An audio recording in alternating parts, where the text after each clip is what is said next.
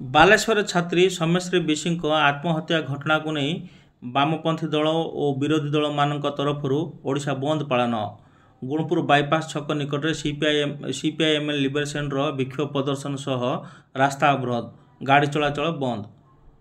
रायगढ़ जिला गुणपुर बाईपास छक निकट में आज सीपीआईएमएल लिबरेशन एवं वामपंथी दल समस्त नेता माने एकाठी होई एसपीगुड़ा छक बाईपास छक निकट में रास्ता अवरोध करा जायछि। रास्ता अवरोध करबा फल गाड़ी चलाचल बंद रही, उभय पटे गाड़ी अटक देखा मिली।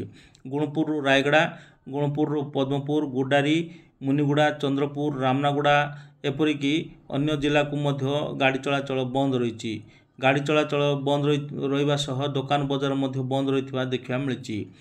आज सका 6:30 समय सीपीआईएमएल लिबरेशन जिला संपादक तिरुपति गम्मा नेतृत्व में एठारे समस्त वामपंथी दलर नेता माने एकाठी होते एवं बालेश्वर छात्री आत्महत्या घटना को दृढ़ निंदा करथिले। सरकार एथिरे मुख्यमंत्री मोहन चरण माझी एवं उच्च शिक्षा मंत्री सूर्यवंशी सूरज को एठारे इस्तीफा प्रदान पाई मध्य से कहिथिले।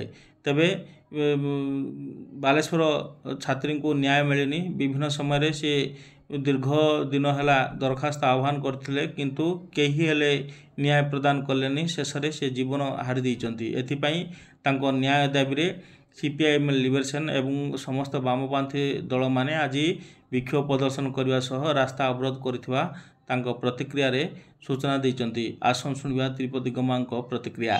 छात्री को निर्यातन प्रिंसिपाल देइथिले, सरकार को, मुख्यमंत्री को, जिलापाल को, मंत्री, एमएलए, गणशिक्षा मंत्री समस्त को लिखित भाव में जन मत न्याय देवा पारे किंतु न्याय मिलना नहीं।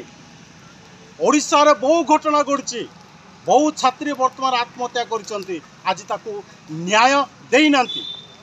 जेहेतु न्याय मागिला, न्याय न मिलिया फल से आत्महत्या कर।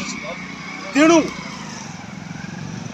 सांसद, एमएलए, जिलापाल, मुख्यमंत्री, गणशिक्षा मंत्री संपूर्ण भाव में दायी। से 302 दफारे से गिरफ्त करा अति शीघ्र मुख्यमंत्री, गणशिक्षा मंत्री इस्तीफा आम दाबी करुचु एवं छात्री जे मृत्युवरण कर तार क्षतिपूरण बाबद 1 कोटी टंका क्षतिपूरण देवा पर आम चकाजाम एवं रास्ता रोक ओडिशा बंद डाकरा देचु। ओडिशा सरकार शुणवे ना ताले निश्चित भाव में आगामी दिन में बड़ धरण आंदोलन हम से ओडिशा सरकार दायी रही।